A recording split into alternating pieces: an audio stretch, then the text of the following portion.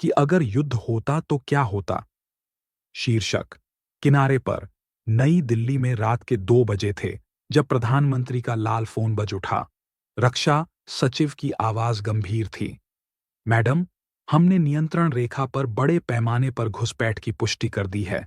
वे बख्तरबंद गाड़ियां और तोपें तैनात कर रहे हैं। यह युद्ध हो सकता है। दूसरी ओर इस्लामाबाद में भी कुछ ऐसा ही वार्तालाप हो रहा था। एक विवादित क्षेत्र में हुए आतंकवादी हमले के बाद हफ्तों से तनाव बढ़ रहा था। आरोप प्रत्यारोप हो रहे थे। कूटनीतिक वार्ताएं विफल हो चुकी थीं और अब बंदूकें बोल रही थीं। सूरज उगते ही पहाड़ों में तोपों की गर्जना गूंज रही थी। जेट विमानों की गड़गड़ाहट आसमान में गूंज रही थी, जो आपूर्ति लाइनों और अग्रिम ठिकानों पर हमला कर रहे थे। दोनों पक्षों ने सीमित सैन्य उद्देश्यों की घोषणा की थी, लेकिन तीसरे दिन तक लड़ाई कश्मीर से बाहर फैल चुकी थी।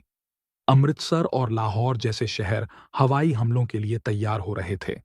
अंतर्राष्ट्रीय नेताओं ने हस्तक्षेप के लिए दौड़ लगाई। संयुक्त राष्ट्र ने तत्काल युद्ध विराम की मांग की। वॉशिंगटन, बीजिंग और मॉस्को में फोन लगातार बज रहे थे, लेकिन कोई भी पक्ष पीछे हटने को तैयार नहीं था जब तक सैनिकों का खून बह चुका था। 5वें दिन भारतीय सेनाओं ने पाकिस्तान के उत्तर पश्चिम में स्थित किया। जवाबी कार्रवाई में पाकिस्तान ने भारतीय क्षेत्र के भीतर सैन्य ठिकानों पर हमला किया। सीमा संघर्ष अब एक व्यापक टकराव में बदल गया था। उपग्रह चित्रों ने दिखाया कि दोनों देश अपनी सामरिक परमाणु हथियारों को अग्रिम मोर्चों की ओर ले जा रहे थे। खुफिया एजेंसियों ने रिपोर्ट दी कि कमांड और कंट्रोल सिस्टम हाई अलर्ट पर हैं। समाचार एंकरों ने एस्केलेशन लैडर और फर्स्ट यूज डॉक्ट्रिन जैसे शब्दों का उपयोग करना शुरू कर दिया। दोनों देशों की सड़कों पर अफरा तफरी मच गई। सुपरमार्केट खाली हो गए। लोग बैंकों, पेट्रोल पंपों, मंदिरों और मस्जिदों की ओर दौड़ पड़े। हजारों लोग शहरों से भागने लगे। एक अकल्पनीय डर हर जगह छा गया। 7वें दिन एक मिसाइल, शायद दुर्घटनावश, शायद जानबूझकर, बहावलपुर के पास एक प्रमुख एयरबेस से टकराई। शुरुआती रिपोर्टों में आशंका थी कि यह परमाणु हमला है, लेकिन बाद में पता चला कि यह पारंपरिक हथियार था। फिर भी इस हमले ने इस्लामाबाद में एक रेड लाइन पार कर दी थी। नेशनल कमांड अथॉरिटी ने आपात बैठक बुलाई। नई दिल्ली में प्रधानमंत्री के युद्ध कक्ष में अगले कदमों पर चर्चा हो रही थी। क्या उन्हें पहले हमला करना चाहिए, जवाबी हमला, तनाव कम करना? बाज रणनीतिकार निर्णायक कार्रवाई की मांग कर रहे थे। कबूतर शांति के पक्षधर थे, चेतावनी दे रहे थे कि इससे दोनों पक्षों का विनाश हो सकता है।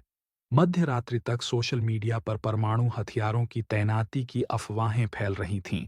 दोनों देशों में उड़ानें रद्द हो गईं। राजधानी शहरों में सायरन बज उठे, लेकिन तभी आशा की एक किरण दिखाई दी। चीनी विदेश मंत्री इस्लामाबाद पहुंचे।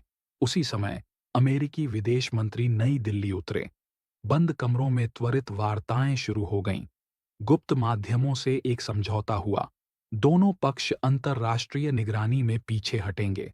सेनाओं की प्रगति रुकेगी, हवाई हमले थम जाएंगे और राजनयिक वार्ताएं फिर से शुरू होंगी। 9वें दिन एक संयुक्त बयान प्रसारित किया गया। युद्ध रुकेगा, फिलहाल के लिए। एक नाजुक युद्ध विराम कायम रहा, लेकिन दुनिया ने देख लिया कि कितनी करीब था सब कुछ। दसियों हजार लोग मारे जा चुके थे। शहर जलते हुए खंडहर बन चुके थे। सीमाएं जस की तस रहीं, लेकिन दिलों पर गहरे घाव रह गए। और भारत और पाकिस्तान दोनों जानते थे, अगली बार युद्ध और सर्वनाश के बीच की पतली रेखा शायद न टिक पाए। डूम्सडे क्लॉक ने मध्य रात्रि के 1 मिनट और करीब टिक किया। अगर आपको ये कहानी पसंद आई हो तो कृपया चैनल को सब्सक्राइब करें।